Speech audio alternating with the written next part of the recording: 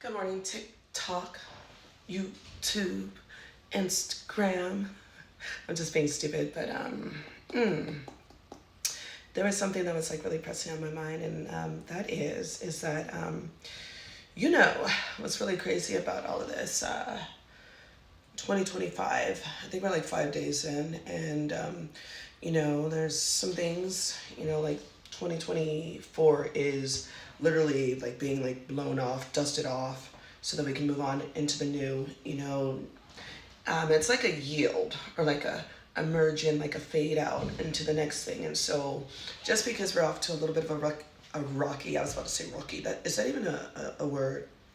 A rocky start doesn't mean that that's going to be the entirety of the year. Of course, with everything in life, there are some givens, and then there are definitely some unknowns. So, I just want to let you guys know that I intend to take in the good. You take the good, you take the bad, the facts of life. Maybe some of you guys are a little too young for that, but I do remember that show and I loved it. Being a child of the 80s and 90s. So, with that said,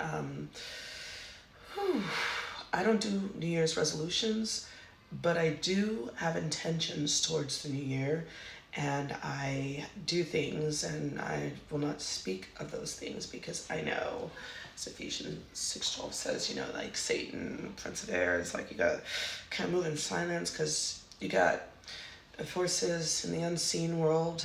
I know a lot of people out here in the world, they don't believe in that because they just don't have those gifts and those experiences.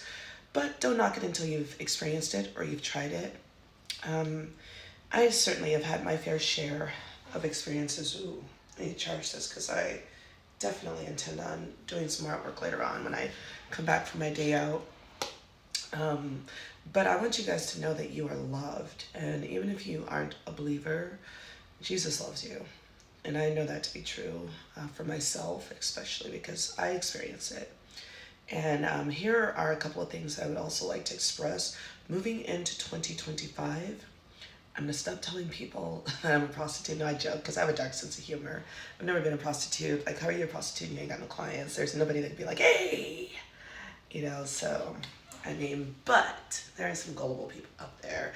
Number two, I'm not sharing anything with anybody because you got to keep your blessings and things that the good Lord has put on your heart to yourself.